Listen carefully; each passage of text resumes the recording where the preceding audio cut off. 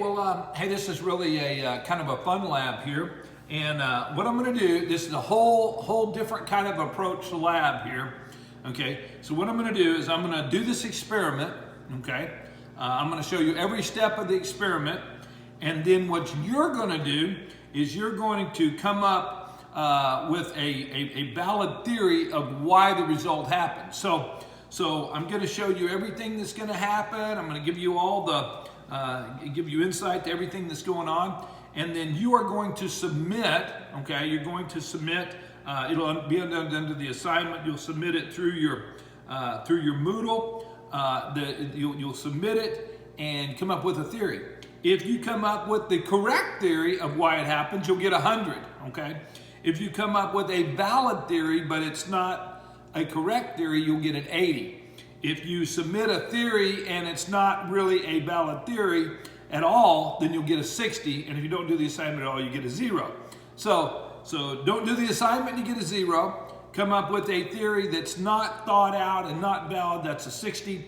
Come up with a theory that's a good theory but not the theory, you get an 80. But if you develop the theory of why it happened, you get 100. Okay, so all that being said, you're going to have to be true scientists. You're going to have to observe and watch and think. Okay. All right. So here we go. So what we have is we have a regular we have a 1 gallon can here. There's nothing magic about the can. It's made out of metal. Okay, and it's got an opening at the top. Okay. So what we're going to do is we're going to put about enough water to fill about this much of the metal can. Okay, so we're gonna pour some water into the can. Okay, so we've got maybe that much water in the can. We're gonna come over here to the stove here, and we're going to heat that water up. Okay, we're gonna heat that water up. Let's see why we're not getting the flame here. There we go. Now we're cooking. No pun intended. My light's still. Okay, so we are getting that can pretty hot. Okay, and we have our mitts here to pick it up when it gets hot. But before we do, we're going to heat this. We're going to heat this can up. We're waiting for steam to come out. We're basically heating the water in the can. We're waiting for steam to come out the top. When we get steam to come out the top, then I'm going to screw the lid on. Okay, I'm going to hold this. Okay, already beginning to hear some steam coming out. Once steam is coming out good, okay, then I'm going to screw the top on. I'm going to pick the can up. I'm going to put it in this bucket of ice water, and I'm going to pour the rest of the pitcher of the ice water on top of the can. You will observe everything within the what happens afterwards, and come up with a theory on why it developed as it did. So here we go. So once again, we're heating the can up really good. Beginning to see a little bit of steam, not enough yet to take it off of there. Once again, I want to make sure that the water is changing from water to steam.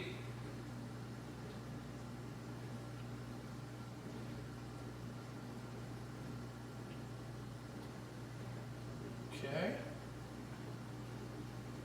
All right. Okay, we're getting close. So once again, what did we do? We took the metal can. We put about that much water in it.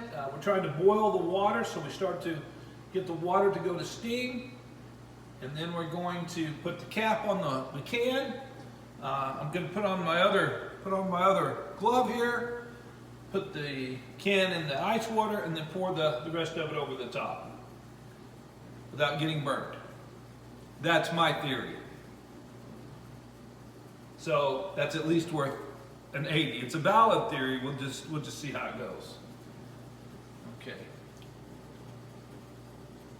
Sounds like she's getting close.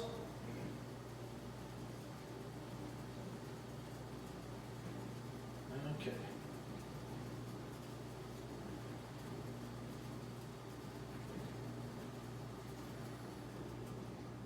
Okay, here we go. Putting the lid on top of the can. It's already getting hot. There we go. So now, pick the can up. The can over into the cold. Okay, we're already starting, it's already starting to activate.